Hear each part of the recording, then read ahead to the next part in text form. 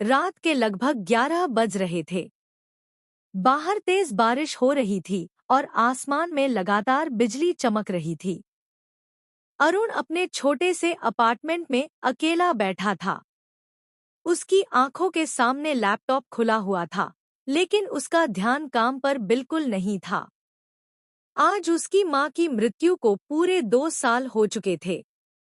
उसकी माँ, सविता देवी, एक बहुत ही दयालु और प्यार करने वाली महिला थी। बीमारी के कारण उनका अचानक निधन हो गया था और उस दिन के बाद से अरुण कभी पहले जैसा नहीं रह पाया। वह अक्सर अपनी माँ को याद करता था और कई बार उसे ऐसा लगता था जैसे उसकी माँ अभी भी उसके आसपास मौजूद हो। लेकिन वह इन बातों को अपनी कल्पना समझकर नजरअंदाज कर देता था। उस रात भी वह अपनी माँ की पुरानी तस्वीरें देख रहा था। तभी अचानक उसके मोबाइल फोन की घंटी बजी। उसने स्क्रीन की ओर देखा और उसका दिल जैसे रुक गया। स्क्रीन पर जो नाम चमक रहा था, उसे देखकर उसके हाथ कांपने लगे। कॉल करने वाले का नाम था माँ। अरुण को अपनी आंखों पर विश्वास नहीं हुआ।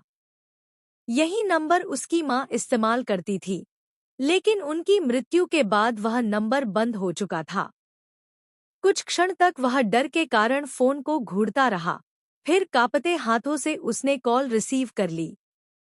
दूसरी ओर कुछ सेकंड तक केवल सन्नाटा था। फिर एक बहुत धीमी और परिचित आवाज सुनाई दी, अरुण बेटा, तुम ठीक हो ना? यह आवाज बिल्कुल उसकी माँ जैसी थी।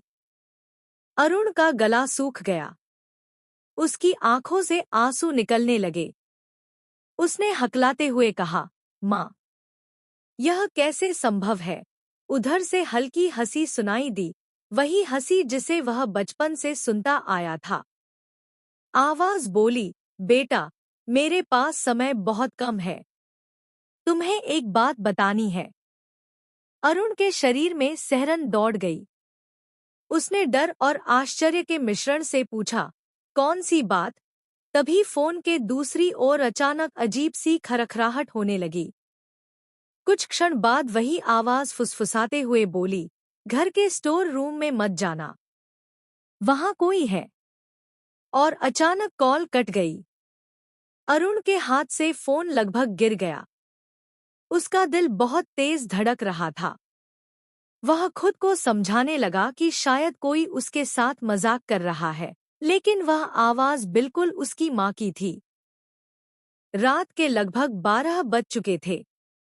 अचानक उसे ऐसा लगा जैसे स्टोर रूम की दिशा से किसी चीज के गिरने की आवाज आई हो।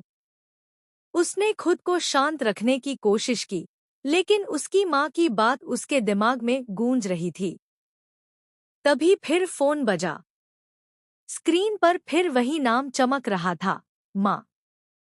इस बार डर के बावजूद उसने तुरंत कॉल उठा ली।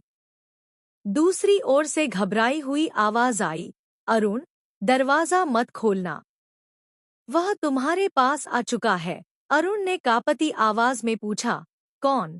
लेकिन इस बार जवाब में केवल किसी के भारी सांस लेने की आवाज सुनाई दी। कुछ सेकंड बाद एक भयानक चीख सुनाई दी और कॉल कट गई। डर के मारे अरुण का पूरा शरीर कांपने लगा। तभी अचानक उसके अपार्टमेंट की सारी लाइटें बंद हो गईं। बाहर बिजली कड़क रही थी और पूरा घर अंधेरे में डूब चुका था। उसी समय स्टोर रूम का दरवाजा धीरे धीरे अपने आप खुलने लगा। अरुण की सांसें तेज हो गईं। उसने मोबाइल की टॉर्च जलाकर उस दिशा में देखा। अंदर केवल अंधेरा दिखाई दे रहा था, लेकिन तभी उसे दो लाल चमकती हुई आंखें दिखाई दीं। वह डर के मारे पीछे हट गया। अचानक फिर उसका फोन बजा। उसने देखा कि स्क्रीन पर एक बार फिर माँ लिखा हुआ था। उसने तुरंत कॉल रिसीव की। इस बार उसकी माँ की आवाज बहुत कमजोर लग रही थी। उन्होंने कहा, बेटा, भगवान का नाम लो और अभी घर से बाहर निकल जाओ। अरुण बिना एक पल गवाए मुख्य दरवाजे की ओर भागा। जैसे ही वह बाहर निकला, उसके पीछे से किसी भयानक प्राणी की डरावनी चीख सुनाई दी। पड़ोसी उसकी हालत देखकर घबरा गए। कुछ देर बाद पुलिस और बिल्डिंग के लोग उसके साथ अंदर गए, लेकिन उन्हें वहां कुछ भी असामान्य नहीं मिला। स्टोर रूम पूरी तरह खाली था। अगले दिन अरुण अपनी मां की कब्र पर गया। उसकी आंखों में आंसू थे। उसने कांपती आवाज में कहा, मां, अगर सच में आपने मुझे बचाया है, तो आपका धन्यवाद। तभी अचानक ठंडी हवा का एक झोंका उसके पास से गुजरा और उसे ऐसा महसूस हुआ जैसे किसी ने उसके सिर पर प्यार से हाथ फेरा हो। उसी समय उसका फोन फिर बजा। उसका चेहरा सफेद पड़ गया। उसने धीरे धीरे स्क्रीन की ओर देखा, लेकिन इस बार स्क्रीन पर कोई नंबर नहीं था। केवल एक संदेश लिखा था, अब तुम सुरक्षित हो, बेटा।